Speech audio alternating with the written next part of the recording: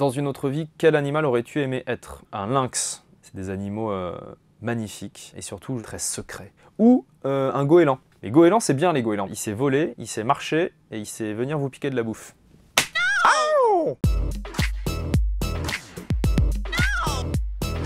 C'est quoi le théorème du Vaquita? Explique-nous. C'est le titre de la bande dessinée que je viens de publier avec Dominique Mermou et Vincent Ravalec. Le Vaquita, en fait, c'est un petit marsouin qui est l'espèce de cétacé la plus menacée du monde. Et le théorème du Vaquita, c'est pour expliquer qu'on est un peu tous dans la même maison avec les autres animaux. Chaque brique de cette maison est une espèce. Et le jour où on enlève trop de briques dans la maison, eh ben, tout s'effondre et on meurt tous ensemble. Ça permet de vulgariser un peu la question de la biodiversité et de pourquoi on a besoin de cette biodiversité. À quel moment as-tu décidé de devenir végétarien? C'était il y a 6 ans maintenant. J'avais pas du tout ces questions-là en tête. Ça m'intéressait pas trop de savoir ce qu'avaient vécu les animaux avant de finir dans mon assiette. Je suis allé découvrir ce système de l'agroalimentaire que je ne connaissais pas pour faire des reportages. J'ai été vraiment bouleversé et choqué par ce que j'ai découvert. Et en fait, en voyant de l'intérieur ce système-là, je me suis dit que j'avais plus envie d'y participer. Pourrais-tu donner 5 tips pour toutes les personnes qui auraient envie d'agir à leur échelle? Il faut rejoindre des associations. Par exemple, si on veut défendre la cause animale,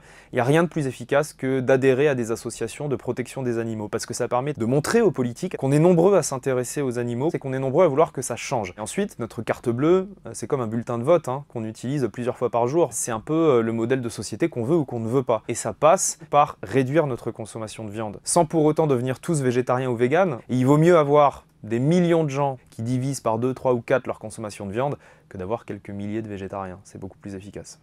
Ça fait 2 tips au lieu de 5, mais comme j'ai été long, je vais en rester là. Tu nous expliques ce qu'est le bycatch, les bateaux de pêche quand ils mettent un filet dans l'océan. Ils remontent les poissons qui veulent pêcher, mais ils remontent aussi tout un tas d'autres animaux qui ne sont pas visés spécifiquement. Et le WWF estime qu'il y a à peu près 40% de tous les poissons pêchés dans le monde qui ne sont pas consommés, donc qui sont gaspillés en quelque sorte, qui sont jetés. On estime qu'il y a entre 1000 et 2500 milliards de poissons pêchés chaque année dans le monde. Donc 40% de 2500 milliards, ça fait beaucoup d'animaux tués pour rien. Les journalistes ont-ils une part de responsabilité dans la prise de conscience de l'urgence pour la survie des espèces? Les responsables politiques, ils répondent aux questions qu'on leur pose. Et ce sont les journalistes qui décident des questions qu'on pose. Donc évidemment que la responsabilité des médias dans le fait de parler de ces sujets, de prendre conscience de l'importance de ces sujets, elle est énorme. Qu'est-ce que ton nouveau média Vaquita a que les autres n'ont pas? On est un média d'investigation sur l'environnement. On est aussi un média d'action. Le commentaire qui revient le plus souvent sous les publications, c'est « Ok,